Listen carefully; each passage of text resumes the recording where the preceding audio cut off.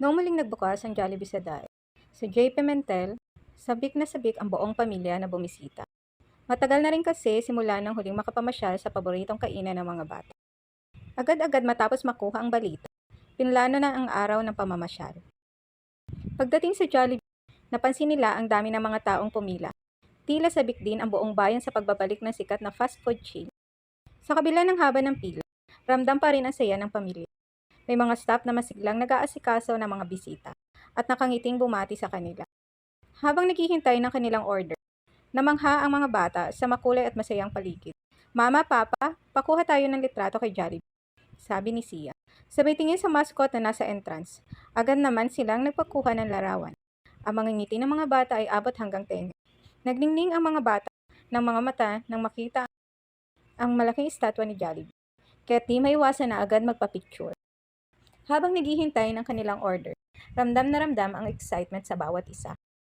Masaya nilang pinag-usapan ang mga paborito nilang pagkain ng crispy chicken joy, sweet style spaghetti, at syempre, ang palamig na pineapple juice. Ang tagal ko nang gustong kumain nito, sabi ng panganay na anak ko.